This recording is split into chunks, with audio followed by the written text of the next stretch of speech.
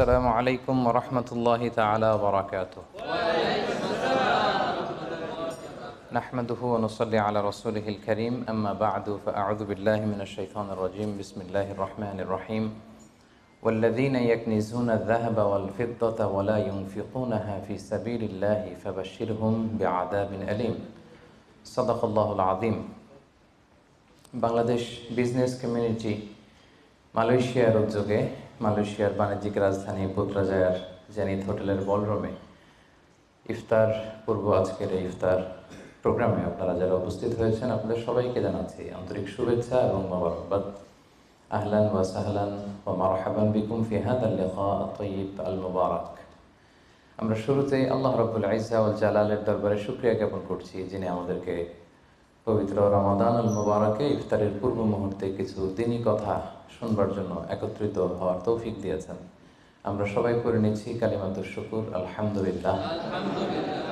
আল্লাহ তাআলা শুকরিয়া আদায়ের পাশাপাশি আজকের এই প্রোগ্রামের অর্গানাইজিং কমিটির আমি শুকরিয়া আদায় করছি। অতিথি হিসেবে যারা এসেছেন তাদের শুকরিয়া আদায় করছি।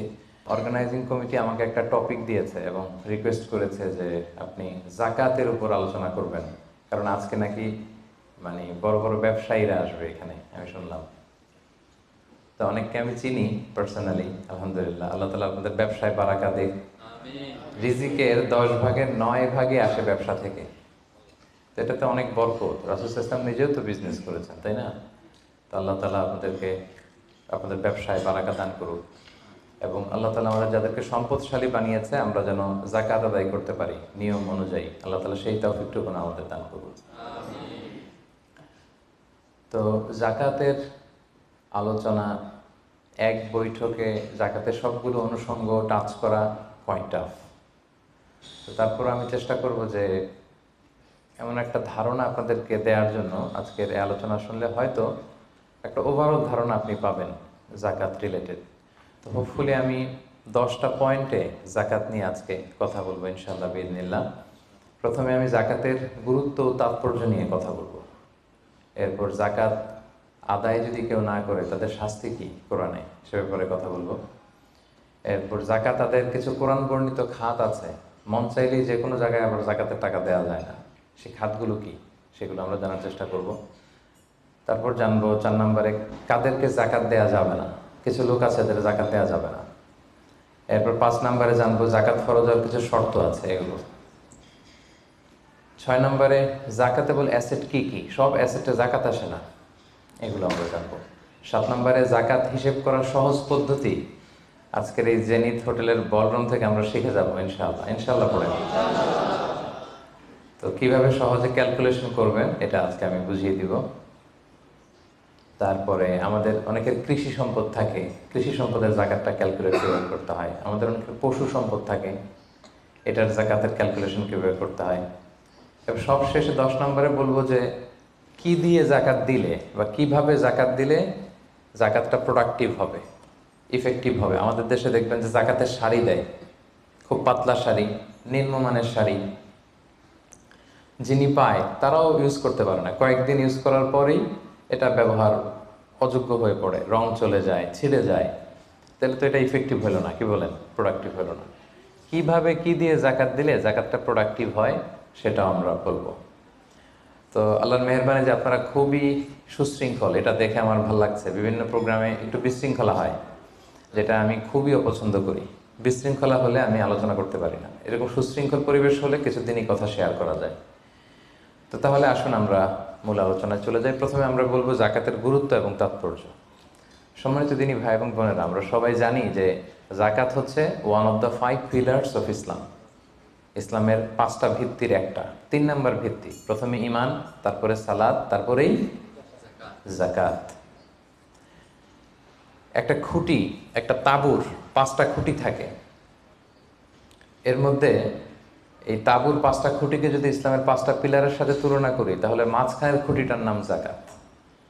মাঝখানের খুঁটি না থাকলে যেমনি তাঁবু উঁচু হয়ে দাঁড়াতে পারে না, তেমনি জাকাত ভিত্তিক অর্থ ব্যবস্থা না হলেও মুসলিম উম্মাহ মাথা উঁচু করে দাঁড়াতে পারে না। যেমন এখন আমাদের জাকাত ভিত্তিক অর্থ ব্যবস্থা নাই, ফলে গোটা বিশ্বে আমরা কিন্তু ওইরকম নেতৃত্ব স্থানীয় বা উন্নতির একেবারে শীর্ষ স্থানে ওই পর্যায়ে কিন্তু আমরা যেতে পারি নাই। কারণ জাকাতের যে ডাইনামিজম এটাকে আমরা কাজে লাগাইনি। তো যারা দান করে তাদেরকে আল্লাহ তাআলা খুব পছন্দ করে। দানশীল ব্যক্তি তিনি কিয়ামতের দিন নিজের আমলনামা দেখে বিশ্বাসই করতে পারবে না এটা তার আমলনামা। কারণ আল্লাহ তাআলা ওই দানের সওয়াবটাকে ফুলিয়ে ফাঁপিয়ে পেলে পুষে পাহাড়ের সমান করে তারপরে আমলনামায় ঢুকিয়ে দিবে। সুবহানাল্লাহ। এবং দানকারী ব্যক্তির যত বালা মুসিবত আছে দানের কারণে আল্লাহ এটা দূর করে দেয়। আরশের নিচে আল্লাহ তাআলা তাকে স্পেশাল ছায়া দিবে কিয়ামতের দিন, যেদিন কোনো ছায়ার ব্যবস্থাপনা থাকবে না। তো এই দানের ব্যাপারটা সব ধর্মে আছে। হিন্দু ধর্মেও কিন্তু দানের ব্যাপারে উৎসাহিত করে। বৌদ্ধ ধর্মে দেখবেন আছে চ্যারিটি, ডোনেশন, ফান্ড রাইজিং, এগুলো আছে। ইহুদি ধর্মে, খ্রিস্ট ধর্মেও আছে। তবে ইসলাম এক্ষেত্রে অনন্য। ইসলাম শুধু দানকে উৎসাহিতই করেনি অন্য ধর্মের মতো, ইসলাম এটাকে ফরজ বানাই দিয়েছে। সুবহানাল্লাহ পড়বেন না? নির্দিষ্ট পরিমাণ সম্পদ যদি নির্দিষ্ট সময় পরিমাণ কারো কাছে থাকে তাহলে তার উপর দান করা ইসলামে কি করে দিয়েছে? ফরজ। অন্য কোনো ধর্ম দানকে ফরজ করেনি, উৎসাহ দিয়েছে সব ধর্ম। কিন্তু ইসলাম এক্ষেত্রে ইউনিক। অন্য ধর্ম দানের ব্যাপারে ইন্সপায়ার করে, ইসলাম এটার অব্লিগেটরি বানিয়ে দিয়েছে, দিতেই হবে। এবং ইসলাম বলে আপনি দান করে জাকাত দিয়ে মোটেও যাকে দিলেন তার প্রতি করুণা করেননি। এটা তাদের প্রতি কিন্তু দয়া না। আমি আজকে যাকে জাকাত দিলাম আমি মোটেও দয়া করিনি, করুণাও করিনি, অনুকম্পাও না, বরং এটা তার হক। এটা কি? অফি আমওয়ালিহিম হাক্কুন লিসাইলি ওয়াল মাহরুম। ধনীদের সম্পদে গরিবদের হক। আল্লাহ বলেছেন অধিকার। বলা যায় যে ওরা আমাকে দয়া দেখিয়েছে। যে গরিব ভাইটা আমার জাকাত নিয়ে গেল ও আমাকে দয়া করেছে, কারণ আমার জন্য জাকাত দেওয়া ফরজ। আমার জন্য জাকাত দেওয়া কি? আমি আদায় করতে না পারলে জাহান্নামে যাব। কিন্তু যে জাকাত নেয়ার হকদার ওর জন্য কি জাকাত নেয়া ফরজ? কথা বুঝে নাই বোধহয়। গরিব মানুষ, ওর জন্য কি জাকাত নেয়া ফরজ? ও যদি বলে আমি গরিব আছি, ভালো আছে, নিব না জাকাত, কিছু করা যাবে? তো বরং ও আমার থেকে জাকাতটা নিয়ে আমাকে জাহান্নামের আগুন থেকে বাঁচালো, আমার ফরজ আদায়ের ক্ষেত্রে সহযোগিতা করে গেল। তো দয়াকে আমি করলাম না ও করলো? বলেন, দয়াকে আমি করলাম না সে করলো? সে করলো। এই জন্য আল্লাহ তাআলা বললেন অফি আমওয়ালিহিম হাক্কুন লিসাইলি ওয়াল মাহরুম। ধনীদের সম্পদে গরিবদের অধিকার আছে। এটা অধিকার, এটা কোনো রকম দয়া বা অনুকম্পা নয়। কারণ ইসলাম চায় একটা সুন্দর মানবিক সমাজ ব্যবস্থা গড়ে তুলতে। শহরের এক পাশে গাছতলা, আরেক পাশে পাঁচতলা।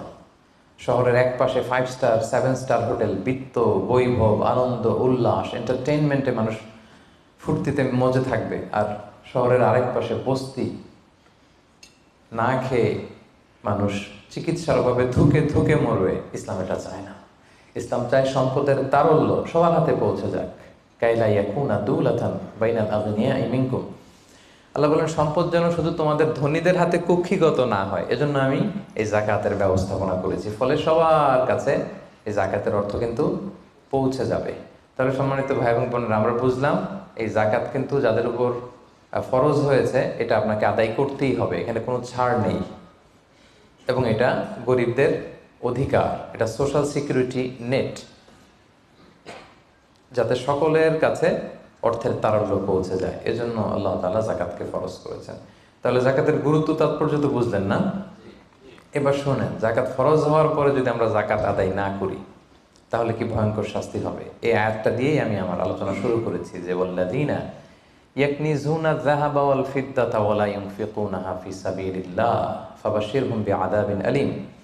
হে নবী, যারা গোল্ড, সিলভার, স্বর্ণ, রূপা জমা করে রাখে, আল্লাহর রাস্তায় দান করে না, তাকে আপনি কঠিন আযাবের সুসংবাদ দিন।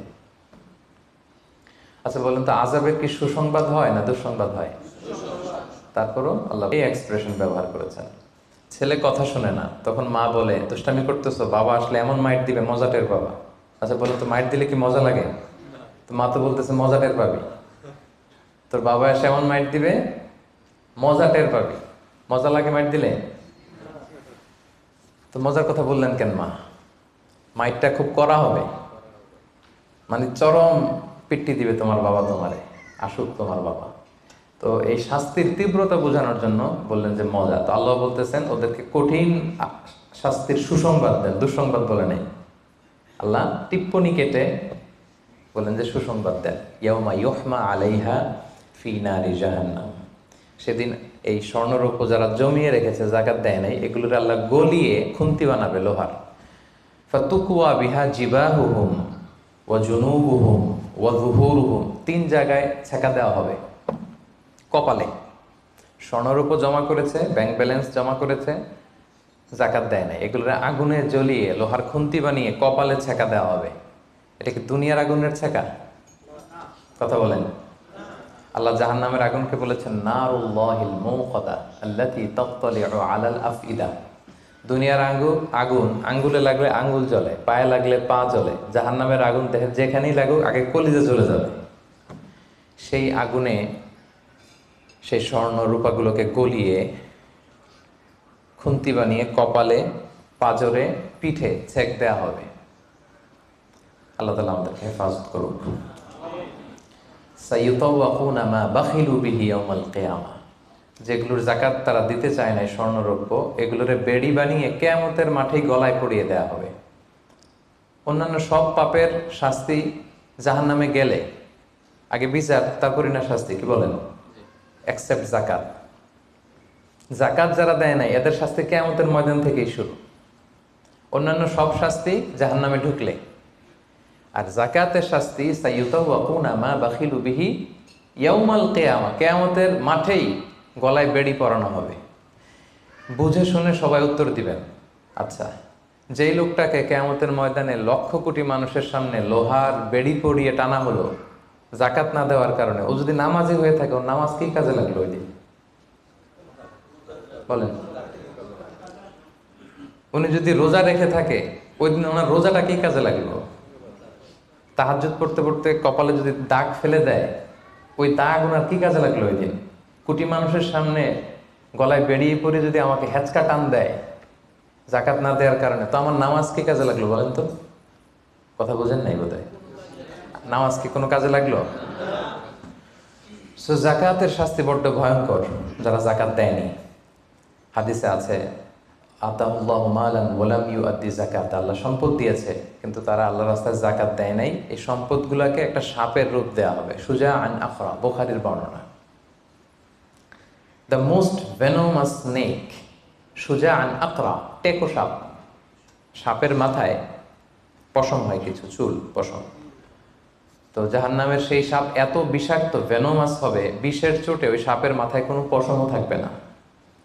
ওই সাপ তাকে পেঁচিয়ে দেওয়া হবে। পেঁচাতে পেঁচাতে এই চোয়ালে এসে সাপটা শুধু ছোবল মারবে, আর কি বলবে জানেন? আনা মালুক আনা কানসুক, আমি তোমার সম্পদ। আমাকে ভোগ করার জন্য ব্যাংকে রেখে দিছিল না ফিক্সড ডিপোজিট করে, জাকাত ক্যালকুলেশন করে দেওয়া নাই? আনা মালুক আনা কানসুক বলতেই থাকবে, এক একটা ছোবল মারবে। আনা মালুক আনা কানসুক, am your wealth, am your bank balance. আমি তোমার সম্পদ, আমি তোমার গহনা, আমি তোমার জুয়েলারি, আমি তোমার অর্নামেন্টস, আমি তোমার গচ্ছিত সম্পদ। হিসাব করে তো দেও নাই, খাওয়ার জন্য রাখছিলা, আজকে খাও। আনা মালুক আনা কানসুক। আমরা কি কিয়ামতের ময়দানে সেই কঠিন আযাব ভোগ করতে চাই? এই কঠিন শাস্তি ভোগ করার ক্ষমতা কি আমাদের আছে? ওয়া খুলিকাল ইনসানু দাঈফা, আল্লাহ মানুষকে দুর্বল করে বানিয়েছে। তো সম্মানিত সুধী, আল্লাহ তাআলা আমাদেরকে, যাদেরকে সম্পদশালী বানিয়েছেন, আমরা যেন হিসেব করে জাকাত দিয়ে দিই। একেবারে নিয়ম মাফিক, আজকে নিয়মটা শিখে যাব। নিয়ম মাফিক আমরা জাকাত দিব। এটা গরিবের হক, গরিবের হাতে বুঝিয়ে দেব। পারা যাবে তো ইনশাআল্লাহ? ইনশাআল্লাহ। 2 নম্বর পয়েন্টও কভার করলাম। 3 নম্বর পয়েন্ট হচ্ছে জাকাত আদায়ের খাত। সব খাতে জাকাত দেওয়া যায় না। জাকাতের টাকা দিয়ে মসজিদ বানানো যায় না। আজকে বুঝে যান, জেনে যান মাসআলা। জাকাতের টাকা দিয়ে মাদ্রাসা বানানো যায় না। জাকাতের টাকা দিয়ে কালভার্ট, ব্রিজ বানানো যায় না, কারণ ব্রিজে তো ধনীরাও হাঁটবে, কি বলেন? তো ধনীরা কি জাকাতের টাকা কনজিউম করার কোনো সুযোগ আছে? নাই। তার মানে আল্লাহ তাআলা কোরআনে বর্ণিত 8টা খাত উল্লেখ করেছেন। এই 8টা খাতেই আপনাকে জাকাত দিতে হবে, এর বাইরে জাকাত দিলে হবে না। আল্লাহ তাআলা বলেন ইন্নামাস সাদাকাতু লিল ফুকারাই ওয়াল মাসাকিনি ওয়াল আমিলিনা আলাইহা ওয়াল মুআল্লাফাতি কুলুবুহুম ওয়া ফির রিকাবি ওয়াল গারিমিনা ওয়া ফিস সাবিলিল্লাহি ওয়া ইবনিস সাবিল ফারিদাতাম মিনাল্লাহি ওয়াল্লাহু আলিমুল হাকিম। 8টা খাত। এই 8 খাতের বাইরে আপনি জাকাত দিলে আদায় হবে না। 1 নম্বর খাত হচ্ছে লিল ফুকারা, ফকিরদেরকে আপনি দিতে পারবেন। 2 নম্বর খাত হচ্ছে ওয়াল মাসাকিনি, মিসকিনদেরকে দিতে পারবেন। এখন ফকিরকে, মিসকিনকে, ফকির হচ্ছে মানলাহু শাই, যার কিছু জিনিসপত্র আছে, কিছু টাকা আছে, কিছু সম্পদ আছে, কিন্তু ওয়ালা ইয়াকফি, এটা তার হয় না। কিছু টাকা আছে, মাসে 20 দিন খাইতে পারে, 10 দিন কষ্ট হয়, ছেলেরে ভালোভাবে পড়াইতে পারে না, নিজের ভালো জামা কাপড়ের ব্যবস্থা নাই। তার মানে কিছু সম্পদ আছে, এতে তার কুলায় না, হয় না, একে বলে ফাকির, একে আপনি দিতে পারবেন। আরেক শ্রেণী হচ্ছে মিসকিন। মিসকিন হচ্ছে মান লাইসা লাহু শাই, যার কিছুই নাই, একেবারে কিছুই নেই। রাস্তাঘাটে অনেক দেখবেন যে ভবঘুরে লুঙ্গি একটা পরে আছে, গায়ে কোনো জামা নেই, ওর কিছুই নেই, এ হচ্ছে মিসকিন। তো এদেরকে আপনি দিতে পারবেন। 1 নম্বরে ফাকির, 2 নম্বরে মিসকিন। এই দুইটাই হচ্ছে বেসিকলি প্রাইমারি সোর্স। এরপর আল্লাহ তাআলা বলেছেন ওয়াল আমিলিনা আলাইহা, যাকাত ফাউন্ডেশনে যারা জব করে, যাকাত ম্যানেজমেন্টে যারা কাজ করে, এদের স্টাফদেরকে যাকাতের টাকা দিয়ে স্যালারি দেওয়া যাবে। যদিও এরা ধনী হোক, এরা তো আর জাকাত নিচ্ছে না, এরা স্যালারি নিচ্ছে, এটা দেওয়া যাবে। 3টা গেল। ওয়াল মুআল্লাফাতি কুলুবুহুম, বিধর্মী, অন্য ধর্মের, বুদ্ধিস্ট, হিন্দু, আপনি চাইলেন যে এরা জাকাতের টাকা দিয়ে একটু হেল্প করলে হয়তো ইসলামের প্রতি আকৃষ্ট হবে, এরকম শর্তে আপনি এরকম মুআল্লাফাতি কুলুবুহুম, অন্য ধর্মের লোকদেরও জাকাত দিতে পারবেন। সাধারণত অন্য ধর্মের লোকদের দেওয়া যায় না, কিন্তু যদি ভাবেন যে দিলে ইসলামের যে জাকাত ব্যবস্থা, ইসলামের সৌন্দর্য, আমরা একটা হেল্পিং হ্যান্ড দেখলে সে আকৃষ্ট হবে, তাহলে দিতে পারবেন। অফির রেকাব, 4 নম্বরে হচ্ছে দাস মুক্তি। সম্মানিত ভাই বোন বোনেরা, দাস আজাদ করার ক্ষেত্রে আপনি জাকাতের টাকা দিতে পারবেন। তো এখন তো আর দাস নাই, এখন কি করতে পারবেন? এখন এই যে প্রিজনারদেরকে, কারাবন্দি আছে না অনেকে, উল্টাপাল্টা মামলা দিয়ে হামলা করে জেলে ঢুকায় রাখছে, তো এর এখন আইনজীবী চালানো লাগে, এর এদিকে টাকা লাগে, ওদিকে টাকা লাগে, বা তার মুক্তির জন্য টাকা লাগতেছে, বা কাউকে কিডন্যাপ করা হয়েছে, গুম করা হয়েছে, এই সমস্ত ইস্যুতে তাদের প্রাণ রক্ষার জন্য, কারামুক্তির জন্য আপনি জাকাতের টাকা দিয়ে হেল্প করতে পারবেন। 4টা গেল। ওয়াল গারিমিন, ঋণগ্রস্ত ব্যক্তি, ঋণের বোঝায় প্রতিদিন খালি ধরে পাওনাদাররা, তার মানে জীবন চালানো না বিশ্বাস হয়ে পড়তেছে, তাকে আপনি ঋণের বোঝা হালকা করার জন্য দিতে পারবেন। অফিস সাবিলিল্লাহ, 6 নম্বর হচ্ছে আল্লাহর রাস্তায় যারা আছে। এগুলোর প্রত্যেকটা আমি 1 ঘন্টা করে আলোচনা করতে পারবো। প্রত্যেকটা পয়েন্ট যদি ইন ডিটেল ফিকহি ইস্যুসগুলো নিয়ে কথা বলি, লম্বা চড়ে আলোচনা হবে। আমি জাস্ট আপনাদের মাথায় একটু করে জাস্ট শোনাচ্ছি, তাহলে ওভারঅল একটা ধারণা আপনি পেয়ে যাবেন। অফিস সাবিলিল্লাহ, আল্লাহর রাস্তায় যারা আছে, এর দ্বারা উদ্দেশ্য হচ্ছে যারা আল্লাহর রাস্তায় জেহাদ করছে, ফিলিস্তিনে আমার ভাইরা জেহাদ করছে, কাশ্মীরে জেহাদ করছে, সশস্ত্র সংগ্রামে তাদের যে যুদ্ধাস্ত্র যা যা প্রয়োজন, এই ক্ষেত্রে আপনি দিতে পারবেন। আধুনিক সময় অনেক স্কলাররা বলে যে এই যে এতিমখানাতে অনেক ছেলে আছে, অনাথ, এতিম, তারপর টাকা পয়সা নাই, তারাও তো তাদের লাইফটা ইসলামের জ্ঞান আহরণের জন্যই ডেডিকেট করেছে, তারাও ফি সাবিলিল্লাহ, ওখানেও দিতে পারবেন। সর্বশেষ হচ্ছে অফিস সাবিলিল্লাহি ওয়াবনিস সাবিল, পথিক। পথিক যদি নিঃস্ব হয়ে যায়, তাকে আপনি জাকাতের টাকা দিয়ে হেল্প করতে পারবেন। ধরেন একজন পথিক, বাড়ি হচ্ছে কেলান্তান, এখন কেলে আইসা মলম পার্টির খপ্পরে পড়া সব শেষ, কিছুই নাই আর, তার সব নিয়ে গেছে। তো এখন সে ওইদিকে কেলান্তানে অনেক ধনী, কিন্তু এইখানে টাকা পয়সা নাই। এখন এই যে তার টাকা নাই, তাকে পোষতে হবে, তা খাইতে হবে, আপনি জাকাতের টাকা দিয়ে তাকে হেল্প করতে পারবেন। এখন অবশ্যই এটা খুব প্রযোজ্য না, কারণ ক্রেডিট কার্ড থাকে বাংলাদেশে, ধরেন বিকাশ সে সিস্টেম আছে, বা খুব সামহাও তার কারো নাম্বার মুখস্থ থাকলে ফোন করলে টাকার ব্যবস্থা হয়ে যাবে। কিন্তু শরীয়ত কিন্তু এটাও রেখেছে, পথিক মুসাফিরকে আপনি হেল্প করতে পারবেন। তাহলে এই 8টা খাত ছাড়া কিন্তু সম্মানিত ভাই বোন বোনেরা, আপনি অন্য খাতে জাকাত দিলে জাকাত আদায় হবে? মন মতো দিলে হবে না। কিন্তু 4 নম্বরে আমরা জানবো কাদেরকে জাকাত দেওয়া যাবে না। এতক্ষণ তো জানলাম কোথায় কোথায় দেওয়া যাবে, এবার শুনবো কাদের দেওয়া যাবে না। 1 নম্বর, হাশিমি খানদানের কাউকে দেওয়া যাবে না। বানু হাশিম মানে রাসূলুল্লাহ সাল্লাল্লাহু আলাইহি ওয়াসাল্লামের বংশধর। আমাদের একটা বংশ আছে না, কেউ মুন্সি বংশ, কেউ চৌধুরী বংশ, কেউ ওই বংশ। রাসূল সাল্লাল্লাহু আলাইহি ওয়াসাল্লামের বংশের নাম কি? হ্যাঁ, কুরাইশের হাশিমি খানদানের বংশ ওনার, বানু হাশিম ওনারা। কুরাইশ হচ্ছে অনেক বড় একটা গ্রুপ, এটার মধ্যে বানু জাহারা আছে, বানু হাশিম আছে। তো এখানে রাসূল সাল্লাল্লাহু আলাইহি ওয়াসাল্লাম হচ্ছেন বনু হাশিম।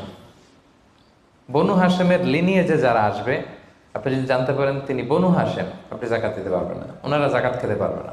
তাদের মধ্যে এখন যদি কেউ গরিব থাকে, আপনি অন্য ফান্ড থেকে দিবেন, এমনি চ্যারিটি করবেন, কিন্তু জাকাতের টাকা ওনাদেরকে দেওয়া যাবে না, যেহেতু নবীর বংশের সম্মানিত। জাকাতের খেজুর একবার মদিনায় স্তূপ স্তূপ করে রাখা। রাসূল সাল্লাল্লাহু আলাইহি ওয়াসাল্লামের ছোট নাতি হুসাইন রাদিয়াল্লাহু তাআলা আনহু তখন তো ছোট পায়ে হাঁটতে হাঁটতে যে ওই জাকাতের একটা খেজুর নিয়ে খাওয়া শুরু করছে। আর বাচ্চা থাকতে তো সবাই আমরা এরকমই করতাম, খাবার পেলেই কি বিস্কিট দেখলে চকলেট দেখলে এটা কার আমার না কার ওটা দেখার বিষয় না, আগে মুখে দাও। তো হোসেন রাদিয়াল্লাহু তাআলা আনহু জাকাতের খেজুর তো উনি বোঝে নাই, উনি হাঁটতে হাঁটতে যে জাকাতের খেজুর খাওয়া শুরু করছে। রাসূল সাল্লাল্লাহু আলাইহি ওয়াসাল্লাম দূর থেকে দেখে উনি দৌড়ে গেলেন, যে বললেন কিহ কিহ। হাদিসে আছে শব্দটা, আরবিতে বলে কিহ কিহ, মানে আমরা বাংলায় কি বলি ওয়াক থু, থু মেরে ফেলে দাও, থুতু ফেলো যেটা বলি। রাসূল সাল্লাল্লাহু আলাইহি ওয়াসাল্লাম বললেন লা তা'লাম আন্না লা নাকুলু সাদাকা, নানা ভাই তুমি কি জানো না যে আমরা সাদাকার মাল খেতে পারি না? নাতিকে শিক্ষা দিচ্ছে, এডুকেট করছে যে হুসাইন তুমি কি জানো না যে আমরা সাদাকার মাল খেতে পারি না, আমরা তো বানু হাশেম।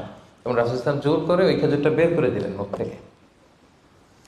তাহলে বনু হাশেমের কাউকে দেওয়া যাবে না, অমুসলিম কাউকে যাকাত দেওয়া যাবে না, এক্সেপ্ট ওয়াল মুআল্লাফাতি কুলুবুহুম, যদি এই ইস্যু হয় যে এটা দিলে ইসলামের প্রতি তার একটা আকর্ষণ বাড়বে, এরকম হলে দিতে পারবেন, ইন জেনারেলি দেওয়া যাবে না। 3 নম্বর হচ্ছে ধনী কাউকে যাকাত দেওয়া যাবে না, যার টাকা আছে এরা যাকাত দেওয়া যাবে, পয়সাওয়ালা কাউকে না। তবে এখানে এক্সেপশন হচ্ছে ওই যে ওয়ালা আমিলিনা আলাইহা, যাকাত সেন্টারে যদি জব করে স্যালারি দেওয়া যাবে। পথিক হয়ে যদি নিঃস্ব হয়ে যায়, আসলে ধনী তো রাস্তায় টাকা পয়সা হারাই ফেলছে, তাকে দেওয়া যাবে। আল্লাহ রাস্তায় জেহাদ করতেছে ধনী, কিন্তু জেহাদের সামগ্রীর মধ্যে যদি জাকাতের সম্পদের কিছু থাকে ওটা উনি ইউজ করতে পারবে। 4 নাম্বার, ঔরসজাত সম্পর্কের কাউরে জাকাত দেওয়া যায় না। হ্যাঁ, আপনার বাবা, আপনার মা, আপনার নানা নানি, দাদা দাদি, যত উপরে যাক এদেরকে আপনি জাকাত দিতে পারবেন না। আপনার নিচের যারা, আপনার ছেলে মেয়ে, আপনার নাতি নাতনি, এদের ছেলে মেয়ে ছেলে মেয়ে ছেলে মেয়ে যত যাবে, যত নিচে যাক জাকাত দিতে পারবেন না। গেল। 5 নাম্বার হচ্ছে স্বামী তার স্ত্রীকে জাকাত দিতে পারবে না। কেন? কারণ স্ত্রীর ভরণ পোষণ দেয়া স্বামীর জন্য কি ফরজ বা ওয়াজিব। তা আপনার তো তার ভরণ পোষণ দিতে হবে, আপনি জাকাত দেবেন কিভাবে? স্ত্রী দিতে পারবে হাজবেন্ডকে, ইন এনি কেস। আসলে হাজবেন্ড ওয়াইফের মধ্যে জাকাত দেওয়ানোর সম্পর্ক নাকি?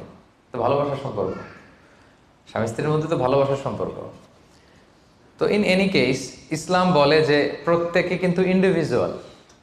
একটা জিনিস খেয়াল রাখবেন, আপনি আর ভাবির জাকাত কিন্তু একসাথে হবে না, বুঝতে পারছেন? ভাবির জাকাত ভাবি দিবে, আপনার জাকাত আপনি দিবেন। ইসলামে প্রত্যেককে আলাদা ইন্ডিভিজুয়াল হিসেবে আল্লাহর কাছে দাঁড়াইতে হবে। নামাজের হিসাব যেমনি আমার আলাদা, আমার বউয়ের আলাদা, জাকাতেরটাও আমার আলাদা, আমার স্ত্রীর আলাদা। অনুরূপভাবে যাদের ভরণ পোষণের দায়িত্ব আপনার কাঁধের উপর, তাদেরকে আপনি জাকাত দিতে পারবেন না, কারণ এটা আপনার দায়িত্ব, এজন্য পারবেন না। এবার জাকাত ফরজ হওয়ার শর্ত আছে, এই শর্তগুলো আমরা শুনব। 5টা শর্ত। প্রাইমারি শর্ত হচ্ছে নেসাব পরিমাণ সম্পদের মালিক হওয়া, আর এটা হাওলানিল হাওল, 1 বছর থাকা। এগুলো হচ্ছে প্রাইমারি শর্ত। আরও 3টা সেকেন্ডারি শর্ত হচ্ছে আল মিলকিয়া, পূর্ণ ওনারশিপ থাকা, আর জিয়াদা, এটা আপনার অতিরিক্ত টাকা এটা হওয়া, আর হচ্ছে আদামুদ্দুয়ুন, ঋণ না থাকা। এই 5টা শর্ত আমি ব্যাখ্যা করলে আপনি বুঝবেন। 1 নম্বর হচ্ছে নিসাব পরিমাণ সম্পদের মালিক হওয়া। আপনি সামান্য কিছু সম্পদের মালিক হইলে এখান থেকে জাকাত দিতে হবে, শরীয়ত কিন্তু এটা বলে নাই। সুবহানাল্লাহ। আপনি জাকাতের নিয়ম শুনলে দেখবেন যে ইসলাম কতটা ব্যালেন্সড। একটা থ্রেশহোল্ড আছে, একটা স্ট্যান্ডার্ড আছে, এই মানে গেলে দিবেন। সেটা কত? সেটা গোল্ড আর সিলভার দিয়ে রাসূল সাল্লাল্লাহু আলাইহি ওয়াসাল্লাম দিয়েছেন, কারণ তখন গোল্ড আর সিলভারের কয়েন ছিল, মুদ্রা ছিল। আগে কিন্তু সোনা আর রূপা দিয়েই মুদ্রা বানানো হতো, পরে এটা পেপার মানি শুরু হয়েছে, কাগজের টাকা। তো একটা হচ্ছে দিনার আর একটা দিরহাম। তো রাসূল সাল্লাল্লাহু আলাইহি ওয়াসাল্লাম যে থ্রেশহোল্ড বেঁধে দিয়েছেন সেটা হচ্ছে 7.5 তোলা স্বর্ণ বা 52.5 তোলা রূপা। আই রিপিট, এটা সবাই জানেন আশা করি, যে 7.5 তোলা স্বর্ণ আর 52.5 তোলা রূপা। আধুনিক সময়ে গ্রাম দিয়ে দোকানদাররা হিসাব করে, তো গ্রাম দিয়ে যদি আপনি বুঝেন তাহলে 85 গ্রাম স্বর্ণ অথবা 595 গ্রাম রূপা, এটা হচ্ছে থ্রেশহোল্ড নিসাব, অথবা এর সমপরিমাণ অর্থ, ক্যাশ টাকা যদি আপনার কাছে থাকে, তাহলে আপনি নিসাবের মালিক হয়েছেন। যেদিন আপনি এই নিসাবের মালিক হবেন ওই দিনটা আপনি ডায়েরিতে টুকে রাখবেন, কারণ এটা যদি 1 বছর আপনার কাছে এরকম থাকে, 1 বছর পরে যে আপনি জাকাত দিবেন, কিভাবে দিবেন আমি সামনে বলবো। তো এই নেসাব নিয়ে একটা প্রবলেম আছে। প্রবলেমটা হচ্ছে 7.5 তোলা স্বর্ণ আর 52.5 তোলা রূপার দাম কিন্তু এক না।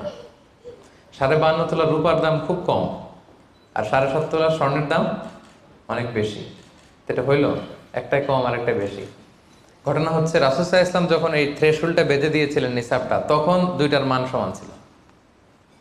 তখন 7.5 তোলা স্বর্ণ দিয়ে 52.5 তোলার মতো রূপা পাওয়া যেত, অথবা কেউ 52.5 তোলা রূপা বিক্রি করলে 7.5 তোলা স্বর্ণ পেত। কিন্তু পরে সিলভার ফল করতে শুরু করলো, ফল করতে করতে আজকে এই অবস্থা। গোল্ড আবার খুব একটা ফল করে নাই, ফলে গোল্ডের স্টেবিলিটিটা এখনো রয়ে গিয়েছে। তো এখন আপনি কোনটা ধরে দিবেন জাকাতটা? যদি আপনি রূপা ধরেন, কথার কথা, রূপা যদি এই 1 ভরির দাম 1000 টাকা হয়, তাহলে 52.5 ভরির দাম কত? 52,500 টাকা। কিন্তু স্বর্ণ যদি আপনি হিসাব করেন, 1 ভরি যদি 50,000 হয়, 7.5 ভরি কত? 3.5 লাখ প্লাস, তাহলে প্রায় 7 গুণ কম বেশি, তাই না? এটা নিয়েই হয়ে গেছে জটিলতা। তো এখন আপনি কোনটা ধরে দিবেন? অনেকে বলে না গোল্ড দিব, কারণ গোল্ড ফল করে নাই, এটার যে স্ট্যান্ডার্ড এটা এখনো বজায় আছে। এটা নিয়ে অনেক আলোচনা, আমি খুব সংক্ষেপে বলি। কেউ বলে গোল্ড দিব, কেউ বলে রূপা দিব। এখন আমি কি বলি? আমি আপনাদেরকে সাজেস্ট করব আপনারা রূপারটা ধরবেন। রূপারটা ধরলে কি লাভ হবে জানেন? দুই দিকেই লাভ, আপনারও লাভ, যিনি নিবে আরও লাভ। রূপারটা ধরলে বেশি সংখ্যক লোক জাকাত দান করতে হবে, তাই না? আর বেশি সংখ্যক গরিব লোকও টাকা পাবে, কি বলেন? তো দুই পক্ষে লাভ হইল না? এখন প্রশ্ন করতে পারেন, হুজুর ও পাইছে ওর লাভ, আমার লাভ কি? আপনার তো সবচেয়ে বড় লাভ, আপনি সওয়াব পাবেন আখিরাতে। এটা আমাদের বেশি দরকার না? কি বলেন? যিনি গ্রহীতা উনি পেয়ে লাভ, তার লাভ হইল, আর যিনি দাতা তিনি সওয়াব পেয়ে লাভবান হইলেন, তিনি সম্মানিত জাকাত দাতা হইলেন। অল্প আসুক না, ধরেন আপনার 1000 টাকা জাকাত আসছে, তা আপনি যদি 1000 টাকা জাকাত দেন, এটা আপনার হৃদয়ে একটা প্রশান্তির কারণ হবে না যে আমি সম্মানিত জাকাত দাতা, আলহামদুলিল্লাহ, আই এম এ জাকাত পেয়ার।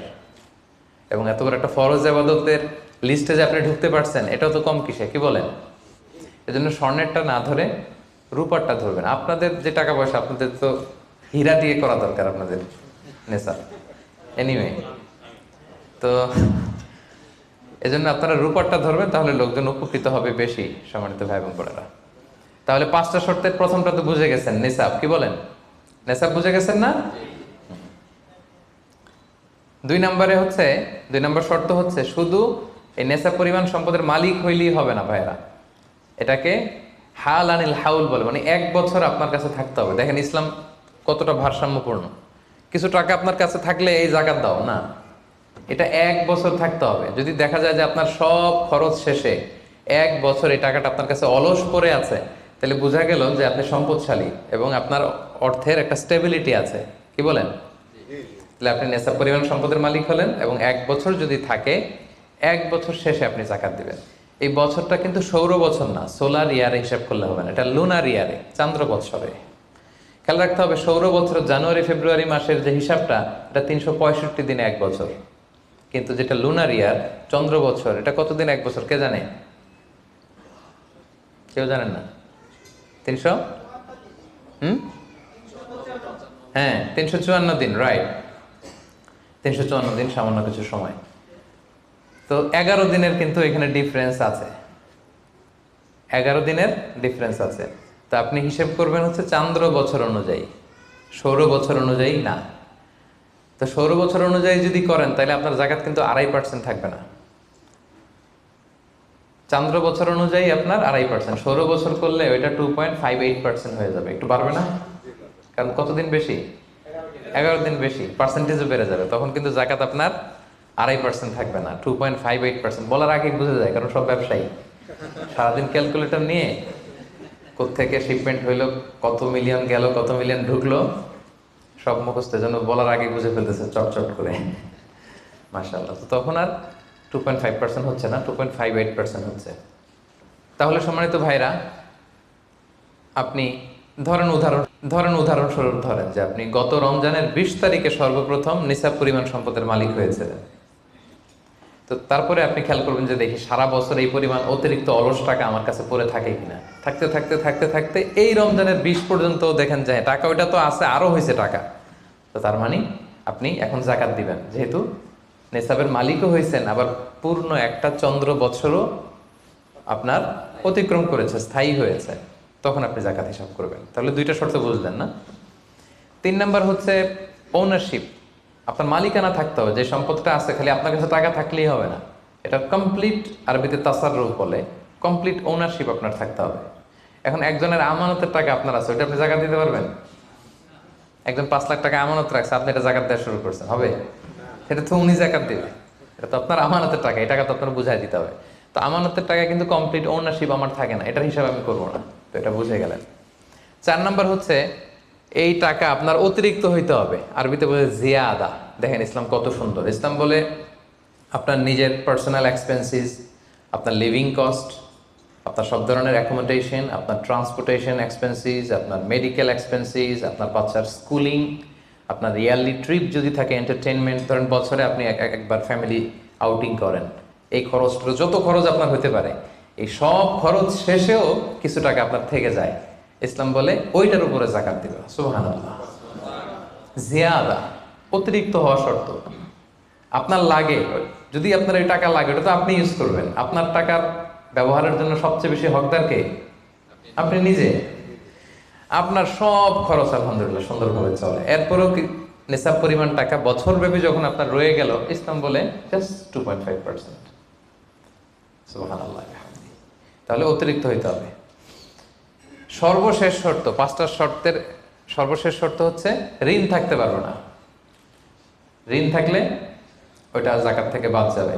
ধরেন আপনার আছে 5 লক্ষ, কিন্তু আবার ঋণও আছে 5 লক্ষ, কথার কথা, তো এটা তো আপনি আগে ঋণ দিবেন, আপনি তার জাকাত দিতে পারবেন না। এই কথাটা কি বুঝতে পারছেন?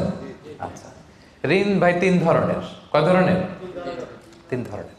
একটা হচ্ছে আপনার একবারে পরিশোধ করতে হবে, এরকম ঋণ থাকে না, যে আমি মুরাদ ভাইয়ের কাছ থেকে 1 লক্ষ টাকা নিলাম, আজকে আমার জাকাতের হিসাব করার ডেট, তো 1-2 মাসের মধ্যে টাকাটা দিতে হবে।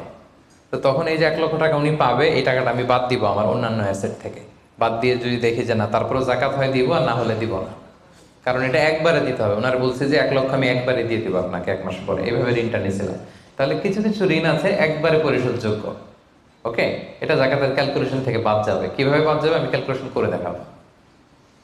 ঋণের দ্বিতীয় প্রকার হচ্ছে ইনস্টলমেন্টের কিছু ঋণ আছে, কিস্তিতে দেয়া লাগে। লেটস সে আমি 1 কোটি টাকা দিয়ে একটা গাড়ি কিনেছি, BMW গাড়ি, বা 50 লক্ষ টাকা দিয়ে আমি একটা হুন্ডা গাড়ি কিনেছি, 50 লক্ষ টাকা।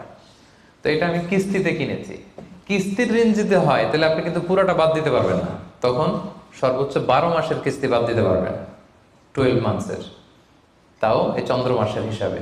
কারণ জাকাতের হিসাবটা কি 12 মাসের হিসাব, তাই না? এটা একটা ইয়ারলি ক্যালকুলেশন। আপনি পুরোটা যদি একবারে বাদ দেন তাহলে তো আপনার আর জাকাতই দেওয়া লাগবে না। কি বলেন? বাংলাদেশে অনেক বড় বড় সিআইপি ব্যবসায়ী আছে, ওনারা হাজার হাজার কোটি টাকা ব্যাংক থেকে ব্যবসায়ের কারণে ঋণ নেন এবং ওনাদের ঋণ খেলাপি হয়। তো ওনারা যদি বলে হুজুর আমার তো ঋণ আছে, তো উনি আর জাকাত দিবে কি? ওনারাই তো আমার জাকাত দেওয়া লাগবে এখন। কি বলেন? এরকম বড় বড় সিআইপিরা যদি ঋণের দোহাই দেয়, উনি আর জাকাত দিবে কি? উনি তো ঋণী, তাই উনারই কিছু জাকাত আমাদের দেওয়া লাগবে, কারণ আমরা জাকাতের 8টা খাতের মধ্যে একটা পড়েছি, বল গরিমিনা। কি বলেন? ঋণগ্রস্ত ব্যক্তিকে জাকাতের টাকা দিয়ে হেল্প করা যায়, তো উনি আর দিবে কি? উনারে দেই আমরা। ওই ঋণ বাদ দেওয়া যাবে না। ইনস্টলমেন্টের ঋণ হইলে 12 মাসের, আর ওইরকম ঋণ খেলাপি 1000 কোটি টাকা, এগুলো বাদ দেওয়া যাবে না। 3 নাম্বার ঋণ হচ্ছে লাক্সারি পণ্য কিনতে যে ঋণ হয়, এই ঋণ জাকাত থেকে বাদ দেওয়া যাবে না।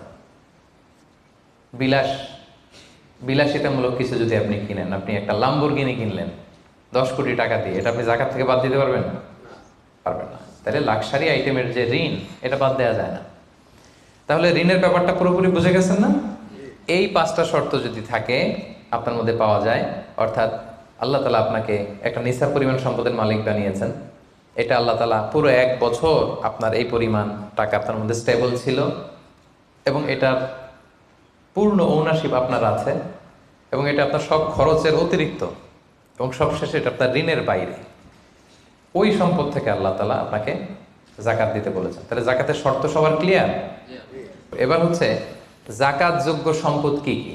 জাকাতে বলে অ্যাসেট, সব সম্পদে জাকাত হয় না। এই পয়েন্টটা খুব গুরুত্বপূর্ণ, আপনাদেরকে মনোযোগ দিয়ে শুনতে হবে। আপনারা মনোযোগ দিয়ে শুনতেছেন তো?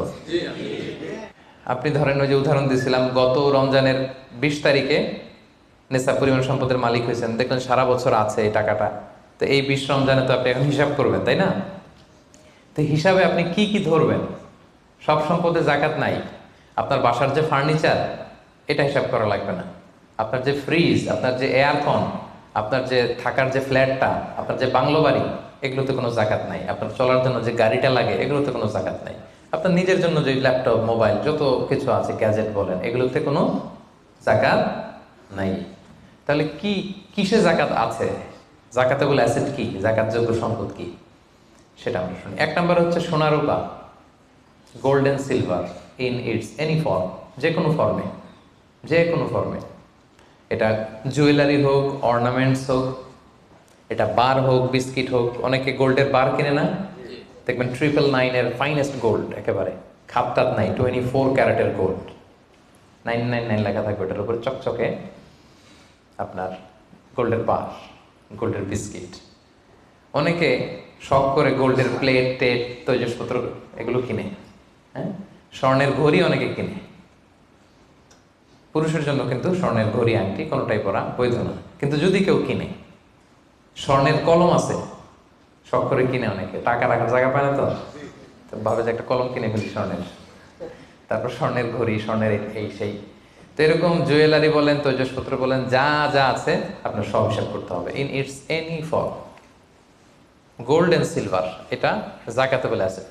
বোনেরা অনেক সময় প্রশ্ন করে যে যেই গহনা আমি পরি, এটারও কি জাকাত দিতে হবে? একতলা পূর্ণ মাসালা, বিশুদ্ধ মত হচ্ছে দিতে হবে। 3 মাযহাব বলছে দেয়া লাগবে না, ইমাম আবু হানিফা বলছে দেয়া লাগবে, এবং আবু হানিফা রহিমাহুল্লাহর কথাটাই ভ্যালিড, বেশি যুক্ত। সুনানে আবু দাউদের হাদিস, আম্মা জান আয়েশা রাদিয়াল্লাহু তাআলা আনহা স্বর্ণের বা রূপার একটা আংটি পরে আছেন। রাসূল সাল্লাল্লাহু আলাইহি ওয়াসাল্লাম বলেন জাকাত দিছো?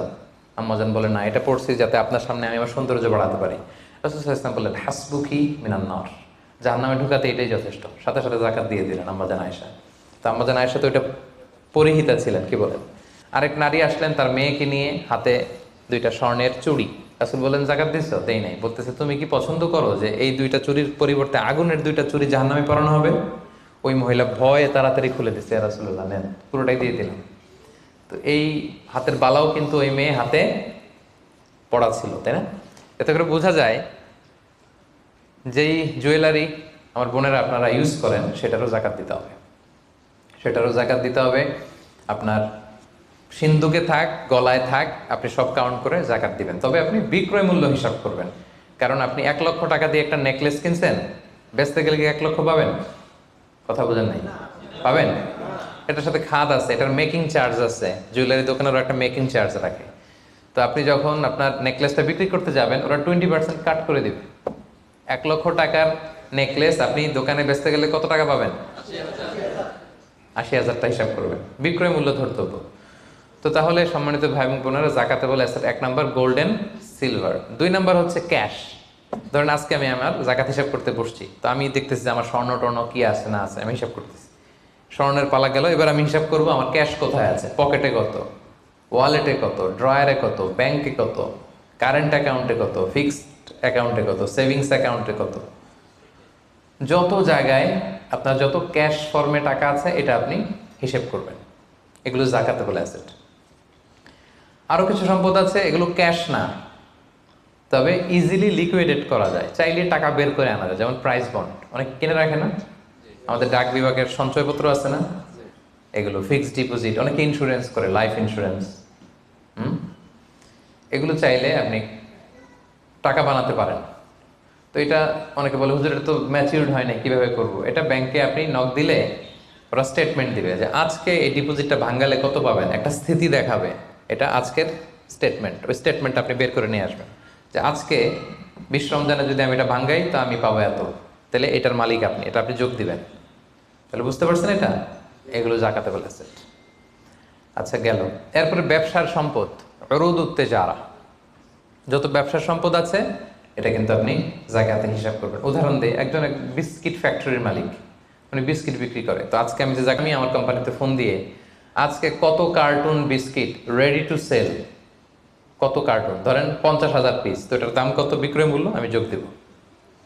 তারপরে বিস্কিট বানাতে যে র মেটেরিয়াল, হ্যাঁ, গম লাগে, সুগার লাগে, ইত্যাদি ইত্যাদি যা লাগে, এগুলোর যে প্রাইস, এটা আমি, জি, এটাও আমি যোগ দেব।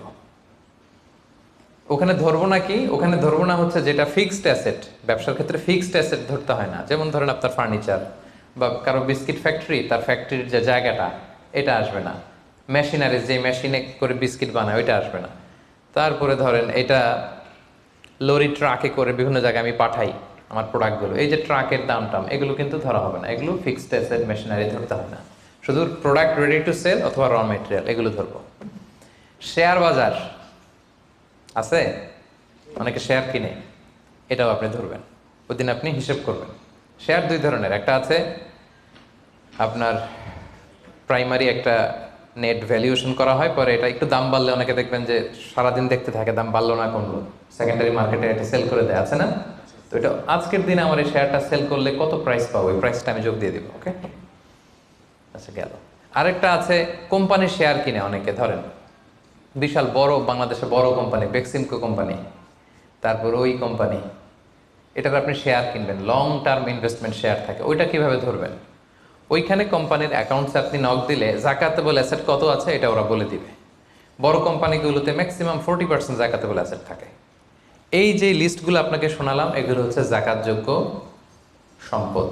আপনার এগুলোর উপর জাকাত আসে। আজকে 20শে রমজান, আমার 1 বছর হয়েছে, এগুলো সবগুলো আমি যোগ দিব। তাহলে জাকাতযোগ্য সম্পদ কি, মোটামুটি একটা ধারণা পেয়েছি না? পেলাম। এবার সহজে জাকাত কিভাবে হিসাব করব? অর্ধেক তো হিসাব করেই ফেললাম, কি বলেন? এই যে লিস্ট করে করে স্বর্ণ, ক্যাশ, ডিপোজিট, সঞ্চয়পত্র, আমার শেয়ার বাজার, আমার ইনভেস্টমেন্ট, আমার ডিপোজিট, আমার এটা এটা এটা করতে করতে করতে করতে বিশাল, ধরেন একটা উদাহরণস্বরূপ বলি যে ধরেন 20 লাখ দাঁড়ালো আমার, 20 লাখ টাকা, স্বর্ণের দাম সহ ইত্যাদি সহ সবসময়। এবার হিসাবটা কিভাবে করব? হিসাবটা খুব সহজ। আমার জাকাতেবল অ্যাসেট আমি সব হিসাব দিয়ে পাইলাম কয় লাখ টাকা? 20 লাখ। এবার আমার যদি ঋণ থাকে, আমি ঋণটা এখান থেকে বাদ দিব। আমরা শুরুতে বলছিলাম এক ধরনের ঋণ আছে একবারে দিয়ে দিতে হবে, এরকম একবারে ঋণ দেওয়ার যদি আমার কিছু থাকে, ওইটা আমি বাদ দিব। ধরেন আমার একবারে ঋণ দেওয়ার আছে 5 লাখ টাকা, যেটা আমাকে একবারই পরিশোধ করতে হবে অল্প কিছুদিনের মধ্যেই, তাহলে এটা আমি বাদ দিতে পারবো। তো 5 লাখ টাকা যদি 20 লাখ টাকা থেকে বাদ দিয়ে কত থাকে? 15 লাখ। এরপর আমি বলেছিলাম যে কিস্তিতে যে ঋণগুলো থাকে সেক্ষেত্রেও আমি বাদ দিতে পারবো ম্যাক্সিমাম 1 বছর, 12 মান্থস। ধরেন যে বড় একটা কিছু আমি কিনেছি, সেখানে 12 মাসের আমার যে ঋণ, সেই ঋণ আসতেছে ধরেন যে কিস্তিতে, ধরেন আরো 5 লাখ, তাহলে কত বাদ গেল? 5 5 10 লাখ, থাকলো কত? এই 10 লাখ হচ্ছে আপনার নাও জাকাতেবল অ্যাসেট। এই 10 লক্ষের উপর আপনি 2.5% জাকাত দিবেন। আর হিসাবটা যদি আপনি সূর্য বছর অনুযায়ী করেন তাহলে 2.58% দিবেন। সহজ হয়ে গেছে না মোটামুটি? হ্যাঁ, মোটামুটি সহজ হয়েছে না? এরপর এক একজনের এক এক ধরনের বিজনেস, এক এক ধরনের কোশ্চেন থাকবে। এটা পার্সোনালি কোনো মুফতির কাছে বা যে কোনো স্কলারের কাছে আপনার পার্সোনাল আলাদা করে হিসাব করা লাগলে এটা করে নেবেন। কিন্তু ওভারঅল জাকাতের কিভাবে ক্যালকুলেট করতে হয় এবং প্রসেসটা কি, রাইট প্রসেস, এটার একটা ধারণা তো আপনারা পেয়েছেন নাকি? বুঝতে পারছেন না সবাই? আচ্ছা, এরপরে বলেছিলাম ফসলের জাকাত, মানে কৃষি সম্পদের জাকাত। কিছু চাষ করলেই জাকাত দিতে হয় না, এটার একটা নিসাব আছে। সেটা হচ্ছে কমপক্ষে 18 মণ। কমপক্ষে কয় মণ? 18 মণ। কমপক্ষে 18 মণ হইলে ফসলের জাকাত দিতে। আল্লাহ বলেন, ইয়া আইয়ুহাল্লাযীনা আমানু আনফিকু মিন তাইয়্যিবাতি মা কাসাবতুম ওয়া মিম্মা আখরাজনা লাকুম মিনাল আরদ। জমিন থেকে যেটা উৎপন্ন করে দেই এটাও আল্লাহর রাস্তায় দান করো। ওয়া আতু হাক্কাহু ইয়াউমা হাসাদি, যেদিন ফসল হারভেস্টিং করে ঘরে তুলবেন ওই দিনই জাকাত দিতে হবে। মজার ব্যাপার হচ্ছে ফসলের ক্ষেত্রে বা কৃষিজ পণ্যের ক্ষেত্রে কিন্তু 1 বছর অপেক্ষা করা লাগে না। এর আগে টাকা পয়সা, স্বর্ণালঙ্কার, এগুলো 1 বছর আছে কিনা দেখতে হয়। কিন্তু যারা কৃষি কাজ করে ফসলের ক্ষেত্রে 1 বছর তো 1 বছর নাই, ফসল যেদিন কাটবেন ওই দিনই ফসলের জাকাত। তো ফসলের জাকাতের জন্য 1 বছর ওয়েট করা লাগে না। তো আপনি নিজে ধরেন ধান খাওয়ার জন্য আপনি ফসল করছেন 10 মণ, ওটার জাকাত দেওয়া লাগবে? বুঝে থাকলে উত্তর দেন। 10 মণ ধান আমি করেছি, কেন লাগবে না? 18 মণ হয় নাই। দেখেন শরীয়ত কত সুন্দর, কিছু আপনি করলেই জাকাত দিতে বলে নাই। এটা একটা স্ট্যান্ডার্ড আছে, লাইসা ফিমা দুনা খামসাতে আউসুকিন সাদাকা। 5 ওয়াসাকের নিচে জাকাত হয় না। 1 ওয়াসাকে কত এভাবে হিসাব করে বের করা হয়েছে, 720 কেজি, 18 মণ। 18 মণের নিচে হইলে জাকাত দেওয়া লাগবে না। আর একটা ব্যাপার হচ্ছে, যে কোনো ফসলে জাকাত হয় না যে ফসলগুলোকে গুদামজাত করা যায়, পচনশীল যদি হয় হবে না। যেমন আম রাখা যায়, কলা রাখা যায়, পেঁপে রাখা যায়, শাকসবজি রাখা যায়। রাখা যাবে হচ্ছে চাল, ডাল, গম, ভুট্টা, খেজুর, এগুলা। গুদামজাত যদি করা যায়, ওগুলো যদি 18 মণ হয়, তাহলে আপনি জাকাত দিবেন। তো জামের চাষ যারা করে তারা কি মোটেও দিবে না জাকাতের কোনো কিছু থাকবে না? হ্যাঁ, থাকবে। তাদের হচ্ছে উরুদুত যারা ব্যবসার হিসাবে, ওই যে হিসাব করবে যেদিন, ওই দিন দেখবে যে আজকে আমার বিক্রি করার মতো কয় খাঁচি আম আছে, 40 খাঁচি আছে, দাম কত, ওই অন্যান্যর সাথে যুক্ত করে নেবে। কিন্তু ফসলের দিতে হইলে কমপক্ষে 18 মণ, এবং এটা গুদামজাত করা যায় এমন পণ্য হইতে হবে। কিভাবে দিব বলেন? 18 মণের বেশি করছেন, ধরেন 100 মণ হয়েছে আপনার ধানের, কিভাবে দিবেন? 2.5% দিবেন না। ফসলের জাকাতের হিসাব হচ্ছে ওশর আর নিসফে ওশর। আরবি বুঝতে যদি কষ্ট হয়, সহজ করে বলি, 10% আর 5%। ফসলের জাকাত হচ্ছে ভাই 10% আর 5%। 10% আরবিতে বলে ওশর। কখন 10%? যখন এটা ইরিগেটেড ল্যান্ড হয়, আল্লাহর দেয়া বৃষ্টির পানিতে চাষ হয়ে যায়, আপনার আলাদা করে সেচ দেয়া লাগে না, আল্লাহর দেয়া বৃষ্টিতেই হয়ে যায়। এটা হচ্ছে কস্ট ফ্রি কাল্টিভেশন, আপনার খরচ টরচ নাই, আল্লাহ বৃষ্টি দিছে, ধান বুনে দিছেন, হয়ে গেছে। এটা 10% দেবেন, 100 মণ হইলে 10 মণ। আরেকটা হচ্ছে আপনার সেচ দেয়া লাগে, এটা হচ্ছে কস্ট বেসড ইরিগেট কাল্টিভেশন। আপনার সেচ দেয়া লাগে, কীটনাশক দেয়া লাগে, রাসায়নিক সার দেয়া লাগে, নিড়ানি দেয়া লাগে, এই করা লাগে, সেই করা লাগে, আপনার খরচ বেশি। ওইখানে 10% না, ওখানে দেবেন কত পার্সেন্ট? 5%। 100 মণ ধানে কয় মণ? দেখছেন? তার মানে the more you cost the less you pay, the less you cost the more you pay. সুবহানাল্লাহ। এখন যদি বলেন হুজুর আমার তো কিছু বৃষ্টির পানিতেও হয়, আবার আমিও কিছু পানি দিই, এখন কি করবেন বলেন দেখি, কে বলতে পারে? 7.5% দিবেন? এই তো ব্যবসায়ী হইলে কি সুবিধা। তখন আপনি মাঝামাঝি দিবেন, যেহেতু বৃষ্টির পানির ফ্যাসিলিটিও আপনি পেয়েছেন, আপনারও পানি শেষ লাগছে, দুইটা যেহেতু, তাহলে 5 আর 10 এর মাঝামাঝি কত? 7.5। তো আপনি তখন 7.5% দিবেন। এটা হচ্ছে বিশাল আলোচনারে এক নির্যাস আমি আপনাদেরকে শোনালাম। চলে গেল কৃষি সম্পদ। এবার পশু সম্পদের জাকাত কিভাবে দিবেন? পশু সম্পদের যে লিস্ট, এটা আমাদের জন্য অ্যাপ্লিকেবল না। 40টা ছাগল হলে একটা ছাগল বছর শেষে, 30টা গরু হলে বছর শেষে, 5টা উট হলে, এটা আমাদের জন্য অ্যাপ্লিকেবল না। কারণ পশু সম্পদের জাকাত যদি দিতে হয়, শর্ত হচ্ছে এটা সাএমা হইতে হবে। সাএমা মানে পশুগুলা বনে বাদারে যে ঘাস লতা পাতা নিজেই খেয়ে আসে, এটার কোনো খাওয়ানো টাওয়ানো লাগে না। কিন্তু আমাদের যে পোলট্রি শিল্প, আমাদের যে গরুর ফার্ম, এটাতে ফ্যানের নিচে রাখতে হয়।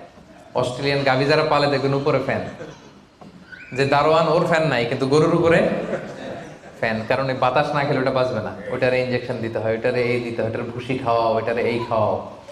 তো এই পোলট্রি শিল্প, হ্যাচারি শিল্প, দুধের বিজনেস যারা করে, তাদের আসলে রাসূল সাল্লাল্লাহু আলাইহি ওয়াসাল্লাম যে পশু সম্পদের জাকাতের যে লিস্ট বলেছেন, ওইটার আওতাভুক্ত হবে না। তো তারা কি কোনো জাকাত দিবে না? দিবে। ওই যে উরুদুত্তি যারা ব্যবসায়ের পণ্য হিসেবে, আমি দুধ বিক্রি করি, সো আজকে যখন আমি হিসাব করব, আমি দেখবো যে আমার কত লিটার রেডি টু সেল, জানলাম যে 300 কেজি আজকে আমার দুধ আছে, এটা বিক্রি হবে, এটার দাম কত, এটা আমি যোগ দিয়ে দিব। জাকাতে বলে অ্যাসেট যত আছে এগুলোর সাথে যোগ দিয়ে হিসাব করবো। বুঝতে পারছেন? সহজ হয়ে গেল না? 10টা পয়েন্টের 9টাই শেষ। সর্বশেষ পয়েন্ট আমাদের ছিল যে কিভাবে জাকাত দিলে বেশি প্রোডাক্টিভ হবে। আমরা শুরুতে বলেছি জাকাতের শাড়ি বলে ইসলামের শাড়ি নেই, জাকাতের লুঙ্গি বলে লুঙ্গি নেই, এগুলো দিলে জাকাত যথাযথভাবে আসলে আদায় হয় না। তো জাকাতটা আমরা প্রোডাক্টিভ ওয়েতে দিব। দুইভাবে দিলেই আদায় হয়। একটা হচ্ছে আপনার রেগুলার যে নেসেসিটি, এগুলো পূরণের জন্য জাকাত দিলেও হবে। যেমন খাওয়া নাই, তো আপনি খাবার কিনে দিলেন, জামা নাই, জামা কিনে দিলেন, চিকিৎসার অভাব, অসুস্থ, আপনি ওষুধ কিনে দিলেন, আদায় হবে। কিন্তু একটা দারিদ্র বিমোচন হবে না? হবে। আজকে আপনি কিছু খাবার দিলেন, ও খেয়ে কালকে আবার ওদিকে জাকাতের লাইন, ওদিকে যে দাঁড়াবে, কি বলেন? এরপরের দিন শুনবে যে ওইখানে নাকি শাড়ি দিবে, ওইখানে যাবে। আপনি যদি পার্মানেন্ট সলিউশন করার ট্রাই করেন, এইটা হচ্ছে সবচাইতে ইফেক্টিভ, সবচাইতে প্রোডাক্টিভ। তো সেটার জন্য কোনো ফাউন্ডেশনের আন্ডারে, কোনো বোর্ডের আন্ডারে যদি করা যায়, বা আপনাদের মতো বিজনেস ম্যাগনেট যারা আছেন, আপনাদের যদি কোনো জাকাত ম্যানেজমেন্ট এরকম বোর্ড, আপনি যদি পার্মানেন্ট সলিউশন করার ট্রাই করেন, এইটা হচ্ছে সবচাইতে ইফেক্টিভ, সবচাইতে প্রোডাক্টিভ। তো সেটার জন্য কোনো ফাউন্ডেশনের আন্ডারে, কোনো বোর্ডের আন্ডারে যদি করা যায়, বা আপনাদের মতো বিজনেস ম্যাগনেট যারা আছেন, আপনাদের যদি কোনো জাকাত ম্যানেজমেন্ট এরকম বোর্ড থাকে, আপনারা যদি করতে পারেন, আপনারা আপনাদের এলাকায় আপনারা চাইলে এভাবে দারিদ্র্য বিমোচন করতে পারবেন। তবে এটার জন্য শর্ত হচ্ছে মনিটরিং করা লাগে। ধরেন আপনি একজন মহিলা সেলাই করতে জানে, তাকে সেলাই মেশিন কিনে দিলেন। একজন গরু পালতে চায়, গরু কিনে দিলেন। অস্ট্রেলিয়ান গাই কিনে দিলেন 2টা, এটার দুধ বিক্রি করে ফ্যামিলিটা মোটামুটি চলতেছে। এদের এক ছেলে আছে, সে সিএনজি চালাতে জানে, তো একটা সিএনজি কিনে দিলেন। এলাকায় সিএনজি চালায়, অটোরিকশা চালায়, ভ্যান চালায়, তার ফ্যামিলিটা চলবে না মোটামুটি? সে আর অন্য জায়গায় যে জাকাতের টাকা চাইবে? চাইবেন। এটা প্রোডাক্টিভ। তবে এটার ক্ষেত্রে আপনি যে পরে দিতে যাবেন না কিছু, দেখবেন কার কিসে আগ্রহ। আপনি যে সিএনজি কিনে একজনের দিলেন, কদিন পরে দেখবেন যে সিএনজি পেয়েছে ও গাঁজা কিনে খাইতেছে। এরকম আছে। আপনি একটা কিনে দিচ্ছেন, ওইটাতে তার আগ্রহ নাই, ওটা দিবেন না। একজন এসে বলল যে আমি আমার ছেলে ভ্যান চালাই, 4 বছর আগের পুরান এক ভ্যানটা নষ্ট হয়ে গেছে, একটা ভালো ভ্যান হইলে আমাদের ফ্যামিলিটা চলতো। দেখলেন যে সে ভ্যান চালায়, ভ্যান চালানোর যোগ্যতা আছে, এরা এটা দিলে কাজ হবে, এরা 2টা ভ্যান কিনে দেন। একজন সিএনজি চালায়, সিএনজি নষ্ট হয়ে গেছে, তারে কিনে দেন। গরু পালার অভ্যাস আছে, নিতে চায়, স্বাবলম্বী হতে চায়, তাকে দেন। একজন এসে বললো যে আমার ছেলেটারে আমি বিদেশ পাঠাইতে চাই, ও যদি বিদেশে যায় আমার ফ্যামিলিটা সচ্ছল হবে, 5 লক্ষ টাকা লাগবে ওরে পাঠাতে, আমরা গরিব মানুষ 2 লাখ জোগাড় করছি, আর 3 লাখের জন্য পাঠাইতে পারতেছি না। চমৎকার, যদি দেশের বাইরে পাঠানো যায়। আপনি ওখানে 3 লাখ টাকা দিয়ে ছেলেটারে বিদেশে পাঠাই দিলেন, ওর প্রবাসী হিসেবে ও যে টাকা পাঠাবে, ওর পাঠানো টাকায় ওর ফ্যামিলিটা সচ্ছল হয়ে গেল। ঠিক না? এইভাবে যাকে যেটা দিলে এটা আপনি বুঝবেন, যার ক্ষেত্রে যেটা অ্যাপ্লিকেবল, তাকে যদি আপনি ওইভাবে জাকাতের টাকাটা দেন, ওটা বেশি প্রোডাক্টিভ হবে, ওটা বেশি ইফেক্টিভ হবে। এইভাবে প্ল্যান করে করে যদি আপনারা আপনাদের জাকাতের টাকাগুলো যারা হকদার তাদের হাতে তুলে দিতে পারেন, একাত্তর সে স্বাবলম্বী হবে, দারিদ্র বিমোচন হবে, এবং সমাজ থেকে আমাদের দারিদ্রতা উঠে যাবে। দারিদ্রতা খুব খারাপ জিনিস। রাসূল সাল্লাল্লাহু আলাইহি ওয়াসাল্লাম এই দারিদ্রতা থেকে পানাহ চাইতেন। রাসূল সাল্লাল্লাহু আলাইহি ওয়াসাল্লাম সবসময় পড়তেন আল্লাহুম্মা ইন্নী আউযু বিকা মিনাল ফাকরি ওয়াল কিল্লাতি ওয়ায যিল্লা, মানে হে আল্লাহ, আমি দারিদ্রতা, আমি কমতি আর আমি জিল্লতি থেকে পানাহ চাই। রাসূল সাল্লাল্লাহু আলাইহি ওয়াসাল্লাম সবসময় দারিদ্রতা থেকে পানাহ চাইতেন। সো এই দারিদ্রতা বিমোচনের জন্য জাকাতের যে ডায়নামিজম, এটা আমাদেরকে প্রপার ওয়েতে কাজে লাগাতে হবে। আশা করি যে 10টি পয়েন্টে আপনাদের সাথে জাকাত ম্যানেজমেন্টের উপর আলোচনা করেছি। সবাই বুঝতে পারছেন না পয়েন্টগুলো? ওভারঅল কিভাবে জাকাত প্রসেসটা হয়, জাকাত দিতে হয়, একটা ধারণা হয়েছে না? আল্লাহ তাআলা আমাদের সবাইকে কথাগুলো বোঝার ও আমল করার তৌফিক দান করুন। আল্লাহ তাআলা তার মেহেরবানিতে আমাদের যাদেরকে সম্পদশালী বানিয়েছেন, আমরা যেন জাকাত দিয়ে ধন্য হতে পারি, আল্লাহ তৌফিক দান করুন। আমরা যেন এই জাকাতের মাধ্যমে দারিদ্রতা বিমোচন করতে পারি, অভাগা সুবিধাবঞ্চিত মানুষের মুখে যেন আমরা হাসি ফোটাতে পারি, আল্লাহ তাআলা তৌফিক দান করুন। আমি আপনাদের সবাইকে আন্তরিক শুভেচ্ছা, শুকরিয়া এবং অভিনন্দন জানিয়ে এখানেই আজকের প্রোগ্রাম শেষ করছি। হাযা মা ইনদি ওয়াল ইলমু ইনদাল্লাহ, আলাইহি তাওয়াক্কালতু ওয়া ইলাইহি উনীব। সুবহানাকাল্লাহুম্মা ওয়া বিহামদিকা আশহাদু আল্লা ইলাহা ইল্লা আনতা আস্তাগফিরুকা ওয়া আতুবু ইলাইক।